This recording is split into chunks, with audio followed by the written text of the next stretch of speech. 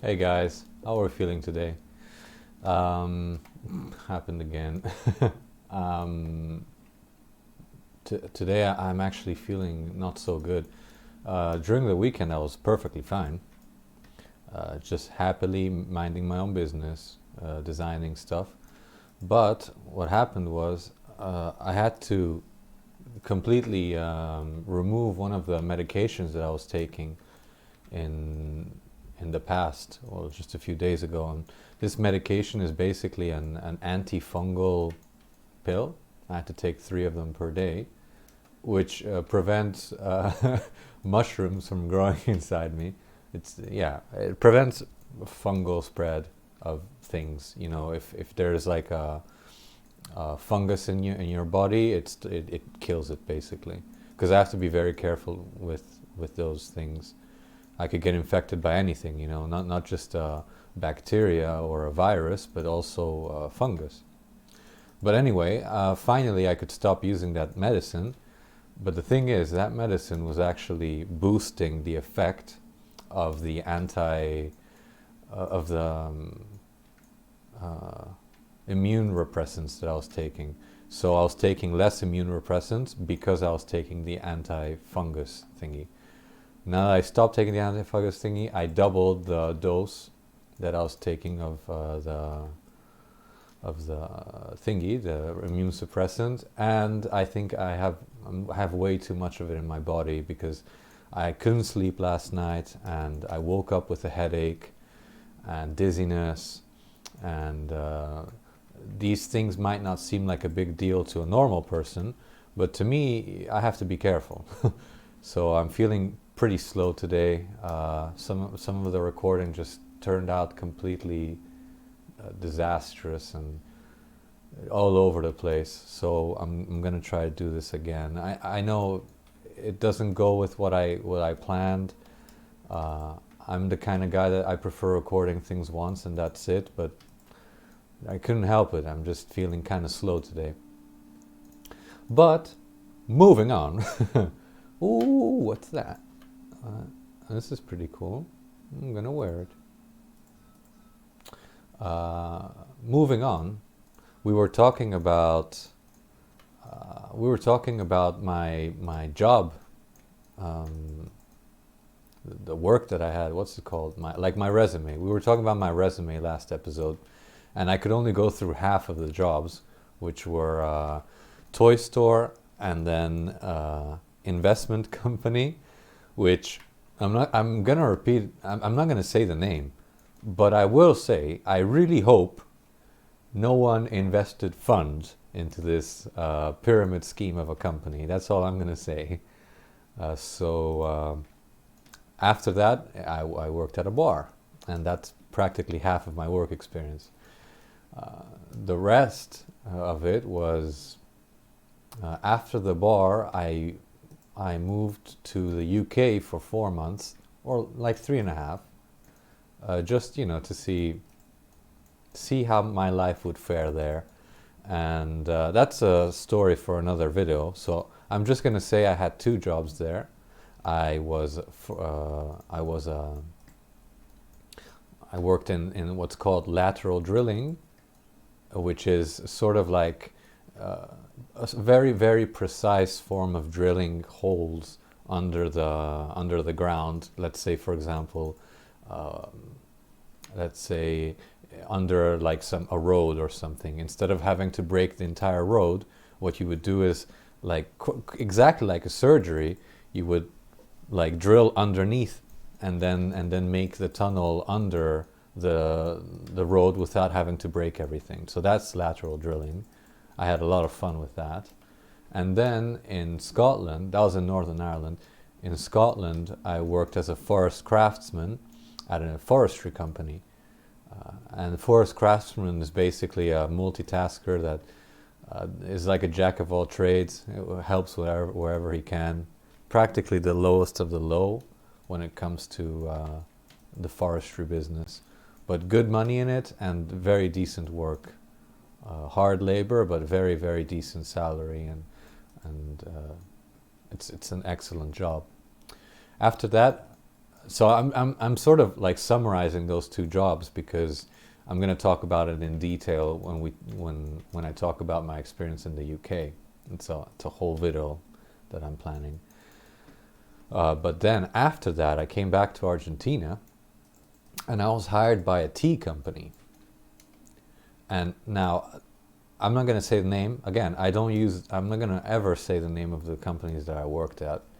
But if I had to choose one company that absolutely deserves all the credit, and I wish I could say their name, it would be this tea company.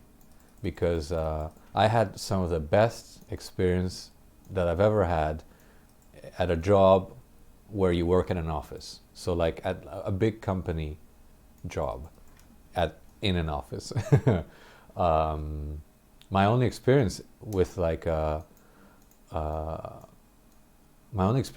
big company working at an office was that pyramid scheme company. So you can imagine, I was absolutely not like doubting, but like I was saying, how much better is it going to be? You know, like it's basically just an office experience. It's going to be the same office dynamics. It's just a different business. It's not an investment company. It's a tea company. But no, boy, was I wrong. There are offices and there are offices. These guys, I had gotten good references from friends that worked there, and they were like, "You're going to love it." I just didn't realize how much fun I was going to have there in an office. I'm more of an outdoors kind of guy. But I had so much fun. I met some of the nicest people that I've ever met in this country. I had the best boss I've ever had in my life, hands down. To the point where he was legit a friend. I didn't see him. Well, of course I respected him as a boss, but I treated him like a friend because he treated me like a friend. And my job was a 3-month contract as an intern. They didn't hire me for like professional advice or anything like that. They needed a helping hand because basically I worked in the foreign exchange department. Not foreign exchange, in the sense how, you know, buying and selling internationally. That's the office where I was like put in, and they already were doing a perfectly fine job without me. The only difference was that the only thing was that they needed someone to help them out with the menial tasks, and they just needed like a little helping hand to do the photocopying and some researching and things like that. So they hired someone that, you know, they could rely on, and it was me. And I had a lot of fun. 3 months there, good pay, no one treated me wrong. The contract clearly stated what I was going to do, and they never asked me to do anything outside of that contract. It was a very good experience. But after 3 months, my boss came to me and he's like, "Listen, like this is one of your last days here. I see a future for you in this company, I do. However, I need to know for sure how committed you are to this business and to this company." And I'm like, "Well, I mean, how committed do you need me to be?" And they're like, "Well, we only really hire people like long term if we see passion in their eyes, if we know that they're like living and breathing tea company, tea selling, anything. I need to know if you're really committed to this business and to this company. Do you have any other dreams or any other aspirations outside of selling tea or being in this company?" And the way he asked me this question, like, you know, people tell me nowadays I should have lied and said yes, of course, to get a good job, but like a permanent job. But the truth is, the guy asked me this question the way a friend asks anything else, and he wasn't demanding anything from me or anything like that. And I told him the truth. I'm like, I have other dreams outside of tea, and although I love working here, I can imagine myself doing something else with my life. And he's like, "That's all I wanted to hear, like no hard feelings. Of course, you know, I'm going to have to ask you to go. I'm not going to give you a permanent job here because, you know, of what I just said. But but you know, we're good, we're cool. And so I left after 3 months, and for a good time, let's say a year, I didn't focus on getting any jobs after that, because I had made a decision that I was going to be an entrepreneur. I was going to make my own business in this country. And I had a couple of ideas, but I didn't have the capital and I didn't have the skills needed, and I hadn't done any research on the markets and things like that. So what I did was I dedicated a year to basically closing myself into my apartment, locking myself in there, and researching the market that I wanted to get into, like studying 3D design so I could 3D print some things. Basically, I focused on gaining skills. That's what I wanted to do more than anything. I wanted to gain skills in the business that I wanted to get into, which was sort of like a design business. How my plan was to optimize or design things for companies that I would also 3D print, and I'd also give them the digital file. And I also wanted to do some like handcrafted stuff. I saw a market for geometric, basically geometric not vases. Well, like sort of, you know how there was maybe it's still even a thing still, but you know how people got into like these geometric vases, geometric pots, things like that you could do with 3D printing. I wanted to get into that and designing things and just, you know, basically that. But I needed capital, so I was like, oh, what am I going to do? So after a year, when I was running out of money and savings and all that, I was like, okay, I'm going to need some kind of small job or something that I can do to gain some cash flow, because I'm going to end up basically without a penny. So I got a job in the same toy store that I worked at last time. Except this time they weren't going to hire me fully. They were going to hire me as a trainee, even though I already had experience. It doesn't matter. They were like, we're going to hire you as a trainee.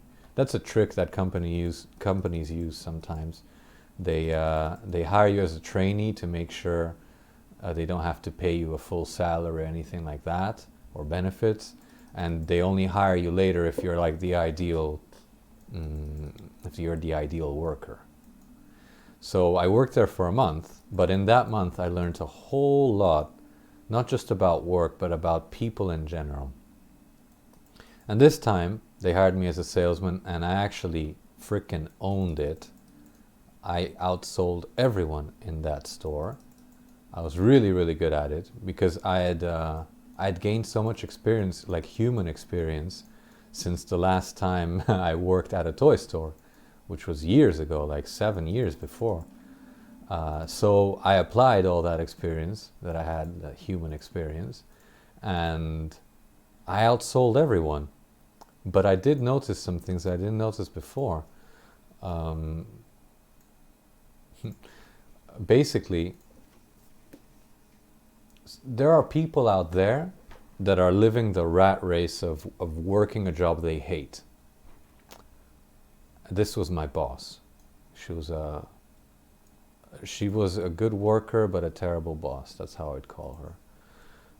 And this woman, she noticed that like I wasn't really into this, although I was selling well and I was making the company good money. She noticed that I had dreams outside of this, and over time, over a month, it became worse and worse. I noticed that there was a sort of like a jealousy going on. But let me explain basically what was happening. So they hire me. They're like, okay, you've got good charismatic skills and everything. We're going to make you a salesman. And I immediately was selling like crazy. We even reached a whole bunch of targets that gave us even more money. So we were all really happy. But I noticed certain things. Like, for example, she'd make me clean everything, even though that wasn't my job. I had to clean the floors in the morning and things like that. And that, you know, I don't like it when a company makes you do something that that wasn't agreed upon. But I was like, fine, I don't mind cleaning the floor. It'll warm me up for the day, basically, and things like that. So I was like, okay, fine. But then I noticed that she slowly started to gain like a sort of resentment for me. Maybe because I had like dreams and she had given up on her dreams. Like, just objectively speaking, she just gave up on her dreams. But like, for example, I would, in the morning, I'd finish everything, cleaning up everything, and there were no clients. We just opened the store, and there would be always this like a ray of sunshine going through between two windows, and it's that ray of sunshine. I'm sure anyone can relate to this, that you can see the dust flying, and it's like this really powerful ray, and you're like, it's so attractive, and you just want to touch it. You just want to put your hand there. And I remember I'd walk up to that ray of sunshine and like put it like so that it touches my eyes, and I'd feel so warm and cozy, just like feeling it there, like it's touching my face. And I remember I was like, oh yeah, like it's good to be alive. Like, oh, I love this like morning air and this sunshine on my face. And I'd be enjoying the moment, and for no reason at all, she would tell me, Mr. Farkas, would you stop wasting time? You're working. And I, like, the magic would be gone. I'd be like, bam, like, what? There's no clients. Everything is in its place. The inventory is done. The floor is clean. You literally have nothing to do. And she was basically the cashier. She was the boss, but she was also a cashier. I don't have anything to do. You're on your phone. I'm just enjoying the sunlight. And she's like, yeah, well, stop it. And at first she wasn't like that, but I think over time she, like I said, she grew this resentment for me. And to this day, I'm not exactly sure why, but she started to really hate me. And another thing that I noticed was that we had very differing views on work ethic. Not in the sense of how many hours you work and if you stay extra hours or anything like that, but I'd say your ethics as a salesman or someone in a business. This was a small store, we're selling toys, but to me, it's not like the product isn't just a utilitarian product. It's a toy. It's practically useless. The only thing you're gaining from it is the joy you see in your children or whoever you're buying the toy for in their face. So I was like, so to me it was like you're selling an emotion. So we're not just talking about selling anything. Like, we got to be careful. To me it was like, be very careful. And why am I saying this? Because I noticed that, for example, someone would come in looking for a toy, and there was a rule in the store which says, try to sell the most expensive toys, obviously. Try to sell the most expensive toys, but if you can, also try to get rid of all the cheap, crappy toys, because those are toys that give us a huge margin in income and money. And I'm like, but they suck. Those toys are absolutely terrible. Like, I can recognize, any kid can recognize a bad quality toy from the start. Don't try to like trick them. Like there are toys that they sold in that toy store that you open it, you take it out of the pack, and just by ripping the pack off, you might rip off an arm of, let's say, a superhero, or some toys came with errors in production, and they were telling me sell it anyway, and of course I refused to sell it. I was like, okay, I'll try, and then I would ignore it. And another thing that would happen was, for example, it was raining, and this old woman comes into the store, and she's like, hey, young man, I'm so sorry to bother, but like, I just need one thing. Like, I just need this one specific toy, and none of the toy stores have it, and it's for my granddaughter. Can you please just tell me if you've got this one toy? And basically it was Violet, I think that was her name, from Incredibles. The Incredibles 2 had just come out, and she was asking specifically for Violet. And I turned around and I'm like, boss, do we have Violet? And she's like, yes, we do, it's the last one. And I'm like, perfect. And she gives me the toy, and it wasn't Violet. It was the mother, I don't remember, the elastic person. And she's like, quick, give her this. And I'm like, I'm sorry, but this isn't Violet. And the old lady was out there like, hey, is everything okay? And I'm like, just a sec, we're just checking something. And I'm like, boss, this isn't Violet. Like, we're not gonna give her the wrong fucking character, okay? Like, this is crazy. Like, you can't be serious. Because to me, that old woman was gonna go back. This was for Christmas, I believe. She was gonna go back, wrap the gift, wait for Christmas, then give the gift to the little girl, and the little girl was gonna know it wasn't Violet. So it's like Christmas ruined, and the grandmother is gonna have her Christmas ruined, and you know how grandmas get, like they get emotional as crap as hell. You know, the kid's gonna have a crappy Christmas. Basically, you ruined the entire holiday for them because you wanted to sell them a toy, even though you knew it wasn't the right toy. So I got really angry, and I'm like, I'm sorry, I'm not gonna do this. I turned around immediately, and I'm like, we don't have it. We don't have the toy.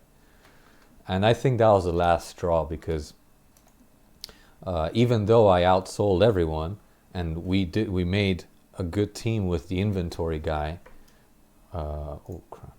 Even though we made a good team and everything, I have a feeling that she sort of got sick of me as a person. She got sick of me with my dreams. She got sick of me maybe because of my background.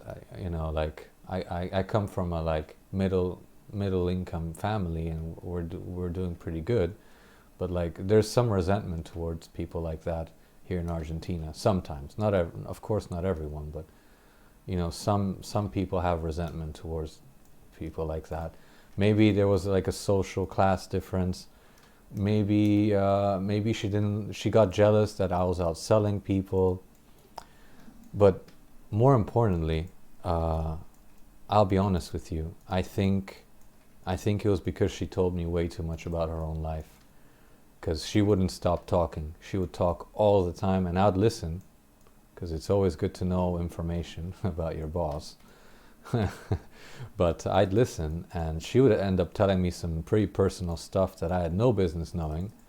And I think eventually she realized that I had too much power over her because of that. So it was that, and maybe a little bit of jealousy that led, and of course, you know, differences in ethics that led me to get absolutely fired from that job.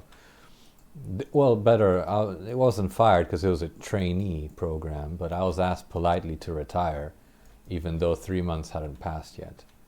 So as I said, you know, sometimes you don't get the job because you're the best.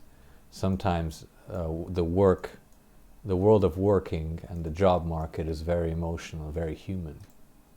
It's the first time I think I've ever gotten fired, like directly fired. Oh, and we're running out of time. The next job I had was actually in the tea company again, but this time they gave me more responsibilities than before. I wasn't the photocopy guy anymore. I didn't have to research or anything like that. My only job was helping people out in sales to foreign countries. So this time I was actually doing something that was that had importance in the company, or at least more importance. Now this is the thing. When I was an intern, my responsibilities were super limited, and I you know, eventually as an intern you get lazy because people stop having things to tell. You don't have any more things to do. Some people that are supposed to give you something to do run out of things to tell you, so they're like, just study for something, I don't know, spend your time productively, ask if anybody needs help. But the second time I was hired by this company, I was asked to do some really specific work, because basically one of the guys that worked there in that office, he quit when I quit. Some people say it was because he felt identified by my words. that I had other dreams and other aspirations. Other people say that he just wasn't committed, or he had like a quarter-life crisis or something. I just think he was a really, really good guy. I just think that he wanted a change in atmosphere. He wanted new air.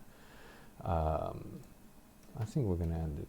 No, we're gonna try to find the next one. So he left. So they were one man short, and they needed someone to fill in that gap, because basically everyone in the office was gonna travel to a foreign country to close some deals. So they needed someone in the home base, taking care of business, emailing other clients, and making sure logistics was going well. And this is the thing. This is the life lesson I learned from that company. I was basically a joker before they rehired me. I was just this guy that entertained people, that brought new stories and new air, and brought some humor into that office, because everyone really knew each other for like years before I came. Like I was new blood. I was someone that brought something new to the table, but I wasn't really that useful to the company. They were basically doing me a favor. They hired me, just to help out a little. But this time they hired me to actually do some work. Now, how are they going to motivate someone who was already lazy as hell? How would they motivate him to actually work well and take things seriously and be more responsible? How did they do that? And it was genius. It was something I didn't even know about myself. And I'll give you an analogy. Imagine you're in a survival situation, and there's limited food, and let's say 5 people in this situation. And you have to ration out your food. Let's say you can only eat so much food per day, otherwise you're going to run out and people are going to start dying, right? And imagine you have that one guy who's an asshole and who's like, screw the group, I'm going to eat the food anyway because I'm hungry, and there's of course a captain, there's a leader, and the leader's like, no, you can't do that. And the guy's like, screw you, what are you going to do? What are you going to do? You're going to kill me? What are you going to do? And so he takes advantage and eats the food. Imagine there's a guy like that. Now, sometimes, not always, but sometimes the captain will get sick or die. But before he dies, before he disappears, he tells this one guy, listen, from now on, you're the boss. From now on, you're the guy with the responsibility. It's in your hands. If you want to eat all the food, these people are going to die. It's as simple as that. If you don't, then people might survive. But it's in your hands. And you're a smart guy. You're going to do it.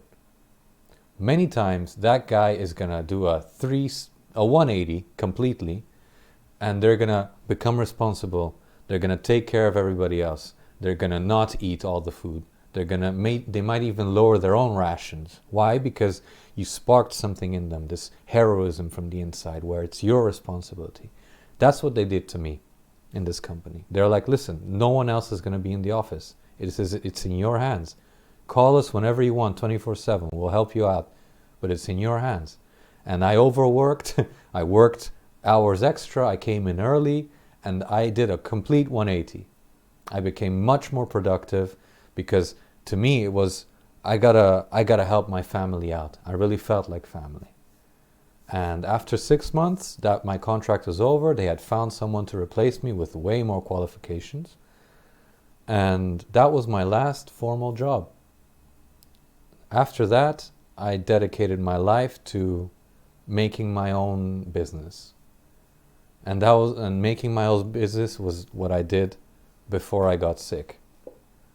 And when the world went to shit and my health went to shit, I had to abandon that for a while. My design company, and I was producing concrete products, geometric concrete products. I was selling molds and all of that, and it was going pretty well. By the end of it, I was gaining enough money to sustain myself. But then I got sick, and then the world fell to the plague.